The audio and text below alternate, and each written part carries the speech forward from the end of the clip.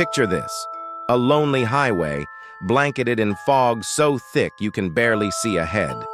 A heavy silence hangs in the air, interrupted only by the faint whispers of the unknown. Welcome to Highway 202, a stretch of road where reality blurs with the paranormal.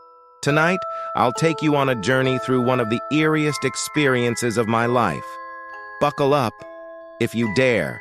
It was just another morning driving down Highway 202 on my way to work.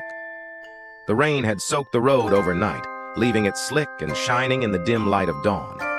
The air was damp, the fog so dense, it felt like a scene ripped straight out of Silent Hill.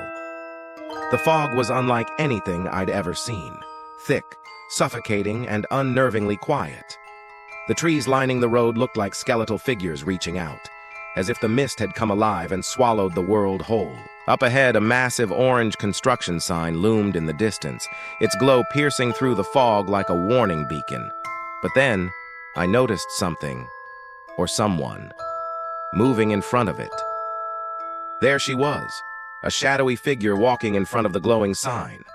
Her blonde hair caught the faint light, and she carried a black, lacy umbrella. Her dress was long, flowing, and seemed to blend with the mist itself. I slowed my car, unsure of what I was seeing. She didn't walk. She glided, as if her feet weren't touching the ground. My heart began to race as I tried to make sense of it. Her face was hidden beneath a mourning veil, adding to her spectral presence. And then, as I got closer, she did something impossible.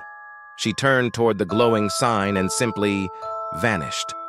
1 second she was there, and the next, she dissolved into the fog. I stopped my car, frozen in disbelief. My hands trembled as I gripped the steering wheel. I kept driving, convincing myself it had to be a trick of the fog, maybe just my imagination running wild. But deep down, I knew what I saw wasn't normal. A few miles down the road, I hit standstill traffic. Cars were barely crawling forward in the dense fog, their headlights creating eerie red and yellow halos. I couldn't shake the feeling that something was terribly wrong. As I approached the end of the jam, I saw the reason for the delay, a horrific accident. A motorcycle lay in ruins on the wet asphalt, surrounded by shattered glass and mangled metal. The scene was chaotic, yet eerily quiet in the heavy fog. My eyes were drawn to a white sheet covering a gurney. Blood had seeped through, staining the fabric a deep red. It was a sight that made my stomach turn, and I couldn't help but wonder. Could the woman I saw earlier be connected to this tragedy? There were figures clustered near a large truck, police, paramedics, perhaps witnesses, but their forms seemed shadowy and blurred in the mist. For a moment, they didn't even look human. It was as if the fog itself was playing tricks on my mind. Later that day, at the animal shelter where I worked, the unease followed me. The kennels felt different, darker, heavier. I couldn't shake the feeling of being watched, and then, out of the corner of my eye, I saw it. Something moving in the shadows. In one kennel, I thought I saw a figure crouching as if comforting a dog. But when I stepped closer, the figure was gone.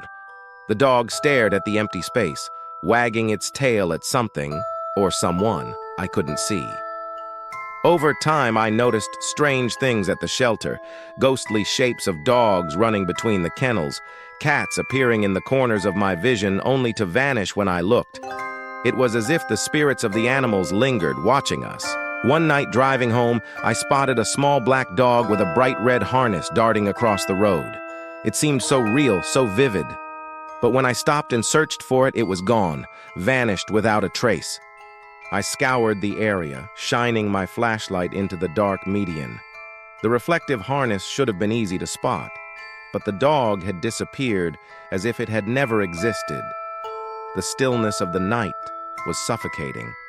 The next morning, I passed the same construction sign.